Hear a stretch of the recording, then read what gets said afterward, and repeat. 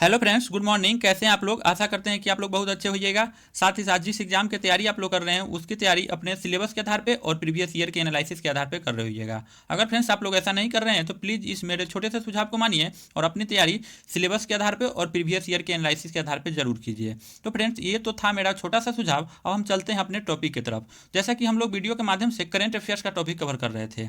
2020 से जितना भी करंट अफेयर्स बन रहा था उन सभी करंट अफेयर्स को टॉपिक वाइज और वन लाइनर तौर पे हम लोग कवर करने का लक्ष्य रखा है। और फ्रेंड्स हम लोग 7 वीडियो के माध्यम से करंट अफेयर्स को कवर कर रखा है। अगर आप लोग वीडियो नहीं देखे हैं तो इस वीडियो के डिस्क्रिप्शन में लिंक मिल जाएगा, वहां से आप लोग वीडियो देख सकते हैं। फ्रेंड्स आज जो हम टॉपिक कवर करेंगे वो है भारत के वन स्थिति रिपोर्ट। वो बहुत बार एग्जाम में यहाँ से क्वेश्चन बनता है, तो प्लीज़ वीडियो को स्किप नहीं कीजिएगा, शुरू से अंत तक देखिएगा। यहाँ से आप लोग मैक्सिमम से मैक्सिमम क्वेश्चन कवर कर सकते हैं। अब फ्रेंड्स अगर वीडियो अच्छा लगे तो वीडियो को लाइक कीजिएगा और हमारे चैनल से जुड़ने के लिए चैनल को सब्सक्राइब जरूर कीजिएगा। तो चलिए फ्रेंड्स हम लोग स्टार्ट करते हैं और देखते हैं कि वन रिपोर्ट में क्या बदलाव हुआ।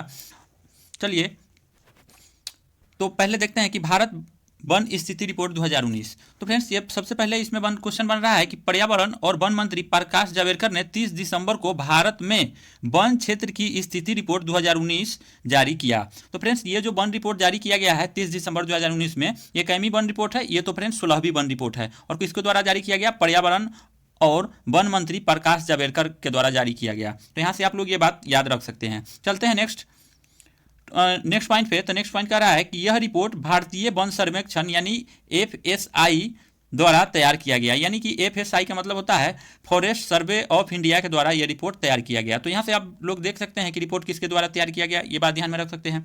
नेक्स्ट पॉइंट पर चले तो नेक्स्ट पॉइंट कह रहा है इसके लिए भारतीय दूर संवेदी उपग्रह रिसोर्स सेट 2 से प्राप्त आंकड़ों का प्रयोग किया गया। तो किससे प्राप्त आंकड़ों का प्रयोग किया गया फ्रेंड्स? तो ये बात आप लोग ध्यान में रख सकते हैं। दूर संवेदी उपग्रह रिसोर्स सेट 2 के माध्यम से इसका आंकड़ा तैयार किया गया।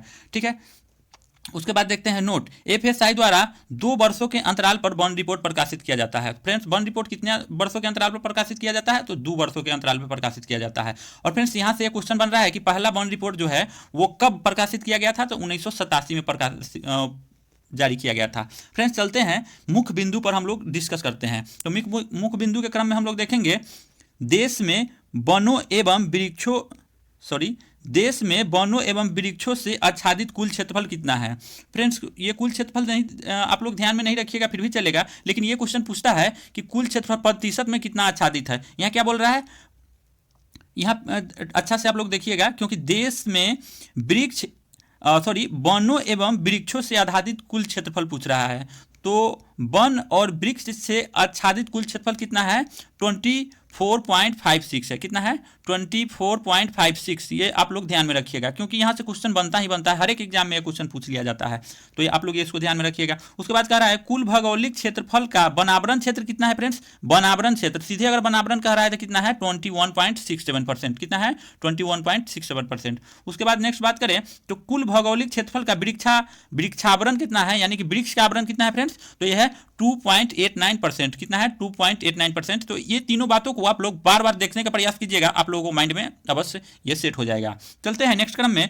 तो फ्रेंड्स देखते हैं कि वन रिपोर्ट के अंतर्गत जो 2017 में प्रकाशित किया गया था उसके तुलना में 2019 में कितना वृद्धि हुआ है। तो फ्रेंड्स ये बात भी आप लोगों को देखने को बनता है कि कितना वृद्धि हुआ है, कितना कमी हुआ है। तो फ्रेंड्स ये कुल मिलाकर 5188 वर्ग किलोमीटर क्षेत्र का विस्तार हुआ है। साथ ही साथ प्रतिशत मात्रा में देखा जाए तो प्रतिशत में 0.65% का विस्तार हुआ है। तो ये बात बहुत इंपॉर्टेंट बन रहा है कि कितना परसेंट विस्तार हुआ, तो 0.65% विस्तार हुआ।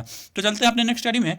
तो नेक्स्ट कड़ी में बात करें फ्रेंड्स, अगर फ्रेंड्स मेरा प्रयास आप लोगों को अच्छा लग रहा होगा तो प्लीज़ मेरे वीडियो को लाइक कीजिएगा, ठीक है, और चैनल को सब्सक्राइब कर लीजिएगा हमारे चैनल से जुड़ने के लिए। तो फ्रेंड्स ये जो बन रहा है कि यहाँ क्वेश्चन पूछ रहा है, क्वेश्चन नेक्स्ट कर रहा है कि वनावरण में वृद्धि। तो वनावरण में वृद्धि कितना हुआ फ्रेंड्स? तो ये आप देख सकते हैं वनावरण में वृद्धि जो हुआ है 3976 वर्ग किलोमीटर क्षेत्र में वनावरण में वृद्धि हुआ है। तो ये बात आप लोग मोटा मोटी ध्यान में रख सकते हैं, उतना VVI नहीं है, लेकिन वो जो 2-3 बात जो बता रहा था वो रिपोर्ट बहुत ही इंपॉर्टेंट था। उन सभी बातों को, तथ्यों को आप लोग ध्यान में अवश्य रखिएगा। चलते हैं वृक्षावरण क्षेत्र में जो वृद्धि हुआ है। तो वृक्षावरण क्षेत्र में कितना वृद्धि हुआ है?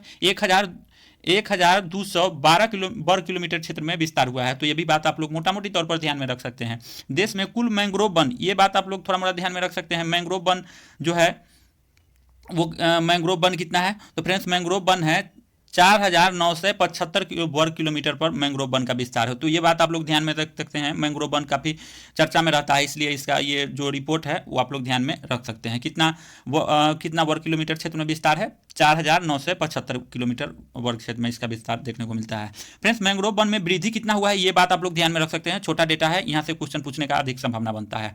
तो कितना है? 54 वर्ग किलोमीटर में ये जो मैंग्रोव वन है उसमें वृद्धि हुआ है। अब फ्रेंड्स, जो हम लोग बात करेंगे वो वन के क्षेत्र में वृद्धि वाले राज्यों के क्रम में, ठीक है। तो यहाँ से क्वेश्चन बनता ही बनता है, इसलिए आप लोग इसको ध्यान में अवश्य रखिएगा। यहाँ हम लोग देख रहे हैं फ्रेंड्स, वन क्षेत्र में वृद्धि वाले शीर्ष राज्य, ठीक है। तो वन क्षेत्र में किस राज्य में वृद्धि हुआ है फ्रेंड्स? तो कर्नाटक में हुआ है। तो कितना हुआ है? 1025 वर्ग किलोमीटर में विस्तार हुआ है। कितना? 1025 वर्ग किलोमीटर क्षेत्र में विस्तार हुआ है। उसके बाद आंध्र प्रदेश में देखा जाए तो आंध्र प्रदेश में मुख्य रूप से 990 वर्ग किलोमीटर क्षेत्र में विस्तार हुआ है। और केरल की बात किया जाए तो केरल में कितना?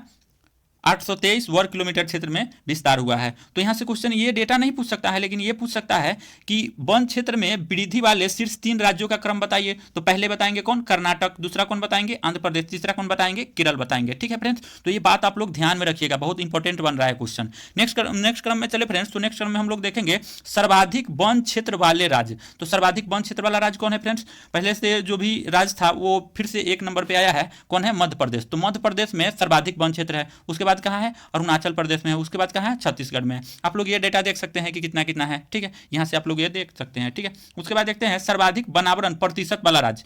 यहाँ से भी क्वेश्चन फ्रेंड्स बनता है, हर एक एग्जाम में पूछता है कि प्रतिशत मात्रा में किस राज्य में वन क्षेत्र अधिक है।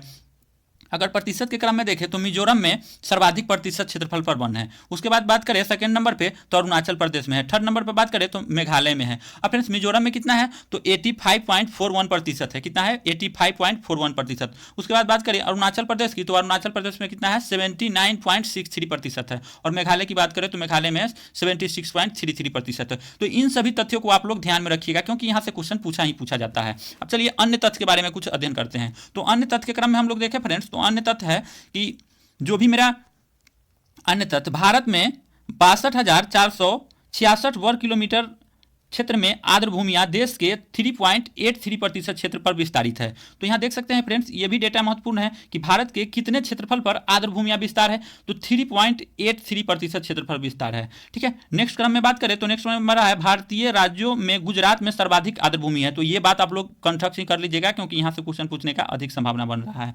भारतीय राज्यों में गुजरात में सर्वाधिक आर्द्र भूमियां हैं, ठीक है। चलते हैं नेक्स्ट क्रम में। तो नेक्स्ट क्रम में देखिए, भारत में वनों की कुल कार्बन स्टॉक लगभग कितना है फ्रेंड्स? 7,142.6 मिलियन टन है। तो ये भी बात आप लोग मोटा मोटी तौर पर ध्यान रख सकते हैं, अनुमानित है। और उसके बाद जो है, जो वर्ष 2017 के तुलना में कितना अधिक हुआ है फ्रेंड्स? 42.6 मिलियन टन का ये क्या हुआ है फ्रेंड्स? वृद्धि हुआ है, यानी कि अधिक हुआ है। तो ये बात आप लोग ध्यान में रख सकते हैं। जो भी कार्बन स्टॉक है उसका अनुमानित कितना था, और 2017 के तुलना में 2019 में कितना वृद्धि हुआ है, तो आप लोग ये बात ध्यान में रख सकते हैं। नेक्स्ट क्रम में चले तो सर्वाधिक वनावरण प्रतिशत वाला राज्य देखे, यानी केंद्र शासित प्रदेश मिलाकर के और राज्य को मिलाकर के, तो सबसे ज़्यादा जो वनावरण प्रतिशत है फ्रेंड्स वो कहाँ है?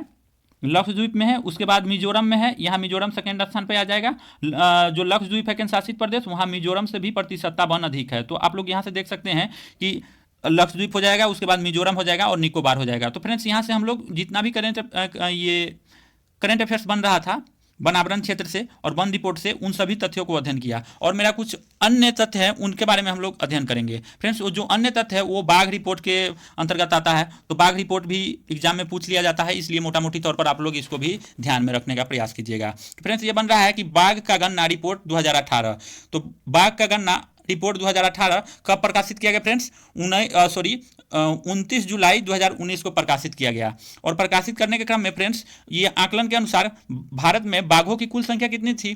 तो 2967 बाघ को गिनती किया गया। कितना? 2967 बाघ गिनती किया गया। और फ्रेंड्स, 2014 और 2018 के बीच बाघों की आबादी में क्या हुआ है फ्रेंड्स? वृद्धि हुआ है। कितना वृद्धि हुआ है? 33% हुआ है? 33% की कुल मिलाकर वृद्धि हुआ है। कितना? 33% का वृद्धि हुआ है। यानी 33% का वृद्धि हुआ है। फ्रेंड्स देखते हैं कि बाघ जो भी है वो किस राज्य में अधिकतम है और किस राज्य में न्यूनतम है, उसके बारे में हम लोग देखते हैं। तो पहला देखें तो फ्रेंड्स मध्य प्रदेश में सर्वाधिक बाघ है, कितना, जिसको टाइगर स्टेट के नाम से जाना जाता है, सबसे अधिक बाघ है, कितना है, 526 है। उसके बाद दूसरे क्रम की बात करें तो कर्नाटक में है, कर्नाटक में ये जो है कितना है, 524 है। उत्तराखंड की बात करें तो उत्तराखंड में कितना है फ्रेंड्स, 442 है और ये तीसरा स्थान प्राप्त है। उत्तर प्रदेश की बात करें तो 173 है और बिहार की क्रम में बात करें तो बिहार में कुल मिलाकर कितना है, 31 है।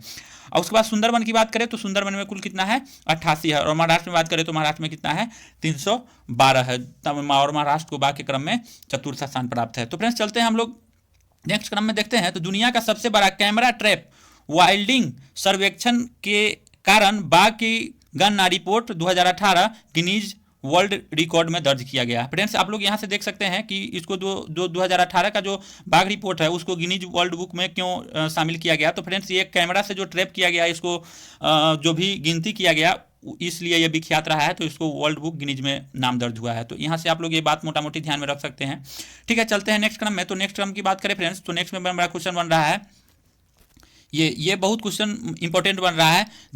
जिम कॉर्बेट टाइगर रिजर्व जो कि उत्तराखंड में है, देश में सबसे ज़्यादा बाघ कितना है, 231 है। कितना है, 231 है। तो ये बात आप लोग ध्यान में रख सकते हैं कि बाघों की संख्या सर्वाधिक कहाँ है, तो उत्तराखंड के जिम कॉर्बेट टाइगर रिजर्व में है। उसके बाद चलते हैं नेक्स्ट क्रम में। तो नेक्स्ट क्रम में हम लोग देखते हैं कि देश के 50 बाघ अभ्यारण्य के 3 अभ्यारण्य यानी कि डम्फा अभ्यारण्य, बुक्सा अभ्यारण्य और पलामू अभ्यारण्य में है। अभ्यारण्य में कोई बाघ नहीं बचा है। तो फ्रेंड्स ये कहना चाह रहा है कि देश में 50 बाघ अभ्यारण्य के 3 अभ्यारण्य, जैसे डाम्फा हो गया, कहाँ है, डाम्फा हो गया तो मिजोरम में हो गया, बुक्सा हो गया कहाँ है, पश्चिम बंगाल में है। उसके बाद बात करें पलामू कहाँ हो गया, तो ये झारखंड में हो गया। इन सभी क्षेत्रों में कोई बाघ नहीं बचा है। तो यहाँ से आप लोग ये बात ध्यान में रख सकते हैं। नेक्स्ट क्रम की बात करें तो भारत में कुल बाघ की आबादी कितना है, बाघ की आबादी की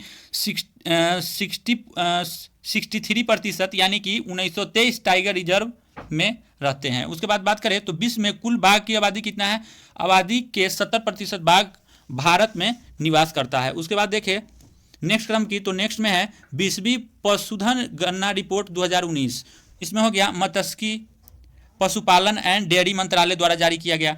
फ्रेंड्स यहाँ से क्वेश्चन पूछ सकता है कि 20वीं पशुधन गणना रिपोर्ट 2019 किसके द्वारा जारी किया गया, तो मत्स्य पशुपालन एवं डेयरी मंत्रालय के द्वारा जारी किया गया। तो इसके अंतर्गत जो भी रिपोर्ट आया उसमें कुल पशुधन की आबादी भारत में कितनी है, तो 535.78 मिलियन जो है पशुधन की आबादी बताई गई है। उसके बाद बात करें तो जिसमें मवेशी की कुल संख्या कितनी है फ्रेंड्स, तो मवेशी की कुल संख्या 192.49 मिलियन है। उसके बाद गाय की बात करें तो गाय कितनी है, तो गाय यानी कि गाय की बात करें तो गाय मुख्य रूप से 145.12 बिलियन है। उसके बाद भैंस की बात करें तो भैंस कितनी है, 109.85 बिलियन है। भेड़ की बात करो तो भेड़ कितना है, 74.26 बिलियन है। उसके बाद बकरी की बात करो तो बकरी कितनी है, बकरी की बात करें तो बकरी 148.88 बिलियन है। उसके बाद फ्रेंड्स चलते हैं नेक्स्ट क्रम में। तो नेक्स्ट क्रम में जो भी मेरा रिपोर्ट है वो स्वच्छ सर्वेक्षण ग्रामीण पुरस्कार है। तो फ्रेंड्स यहाँ से ये क्वेश्चन बन रहा है, तो इसको हम लोग ध्यान में रखेंगे। स्वच्छ सर्वेक्षण ग्रामीण रिपोर्ट, तो स्वच्छ सर्वेक्षण ग्रामीण पुरस्कार 2019 जल शक्ति मंत्रालय के द्वारा दिया जाता है। इसमें शीर्ष रैंकिंग किसको प्राप्त है फ्रेंड्स, तमिलनाडु को प्राप्त है। ये बात आप लोग ध्यान में रखिएगा। शीर्ष रैंक प्राप्त करने वाला जिला कौन है, पेड्डापल्ली जिला है, कहाँ की पड़ता है, ये तेलंगाना में पड़ता है। तो ये बात देख सकते हैं कि शीर्ष राज्य किसको मिला है, तो तमिलनाडु को मिला है। शीर्ष जिला को किसको मिला है, तो पेड्डापल्ली को मिला है। ये किस राज्य में पड़ता है, तो तेलंगाना में पड़ता है। अधिकतम नागरिक भागीदारी वाला राज्य कौन है फ्रेंड्स, उत्तर प्रदेश है। इस क्रम में ये हम लोग देखें स्वच्छ सर्वेक्षण ग्रामीण पुरस्कार, ये जिसको मिला है, ये किसको मिला है, ये यहाँ से आप लोग ध्यान में रख सकते हैं। उसके बाद बात करें तो इंडिया जस्टिस रिपोर्ट 2019, तो इंडिया जस्टिस रिपोर्ट 2019 के अंतर्गत प्रथम राज्य कौन है फ्रेंड्स, महाराष्ट्र है, और अंतिम राज्य कौन है, उत्तर प्रदेश है। तो ये बात ध्यान में रख सकते हैं जस्टिस रिपोर्ट 2019 के अनुसार। अब नेक्स्ट क्रम की बात करें तो नेक्स्ट में मेरा बन रहा है कि नेक्स्ट में है इंडियन कॉर्पोरेशन सर्वे 2019। तो इंडियन कॉर्पोरेशन सर्वे 2019 जो जारी किया गया है वो किसके द्वारा किया गया है, ट्रांसपेरेंसी इंटरनेशनल इंडिया द्वारा जारी किया गया है। तो ये बात आप लोग ध्यान में रख सकते हैं। और जो भी इंडियन करप्शन सर्वे है, उसके अंतर्गत सबसे करप्ट के अंतर्गत कौन आ रहा है, जिसमें सबसे ज़्यादा करप्शन है फ्रेंड्स, वो कौन है, राजस्थान है। राजस्थान में कितना करप्शन है फ्रेंड्स, 78% करप्शन है। आप जान सकते हैं कि कितना ज़्यादा वहाँ करप्शन है। उसके बाद दूसरे क्रम में देखें तो सबसे दूसरा सबसे भ्रष्ट की बात करें तो दूसरा सबसे भ्रष्ट कौन है, मेरा बिहार है। बिहार में कितना है, 75% है। और उसके बाद बात करें तो सबसे कम भ्रष्ट कौन है फ्रेंड्स, सबसे कम भ्रष्ट कौन है, तो केरल है। और जानते हैं केरल की शिक्षा सबसे अधिक है और अंतिम स्थान इसको यानी कि 10% ये रैंकिंग के अंतर्गत रखा गया है। उसके बाद बात करें तो सड़क दुर्घटना 2019, सड़क दुर्घटना 2019 की बात करें तो सड़क परिवहन एवं राजमार्ग मंत्रालय द्वारा यह रिपोर्ट जारी किया जाता है कि प्रमुख राज्य में कितना कितना सड़क दुर्घटना हुआ है और उसका रिपोर्ट प्रकाशित किया जाता है। तो फ्रेंड्स इसमें देख लिया जाए तो सबसे ज़्यादा सड़क दुर्घटना से जो मृत्यु हुआ है वो कहाँ हुआ है फ्रेंड्स, तमिलनाडु में हुआ है। और सबसे ज़्यादा सड़क दुर्घटना कहाँ हुआ है, तो तमिलनाडु में हुआ है। सबसे ज़्यादा सड़क दुर्घटना से मौत कहाँ हुआ है, तो फ्रेंड्स उत्तर प्रदेश में हुआ है। कहाँ हुआ है, उत्तर प्रदेश में हुआ है। और जिला की बात करें तो जिला पेडमपल्ली तेलंगाना में हुआ है। तो फ्रेंड्स इस प्रकार जो मेरा ये टॉपिक था वो समाप्त हो रहा है। अगर आप लोगों को वीडियो अच्छा लगा होगा तो प्लीज़ वीडियो को लाइक कीजिएगा और हमारे चैनल से जुड़ने के लिए चैनल को सब्सक्राइब जरूर कीजिएगा। तब तक के लिए धन्यवाद, आपका दिन शुभ हो।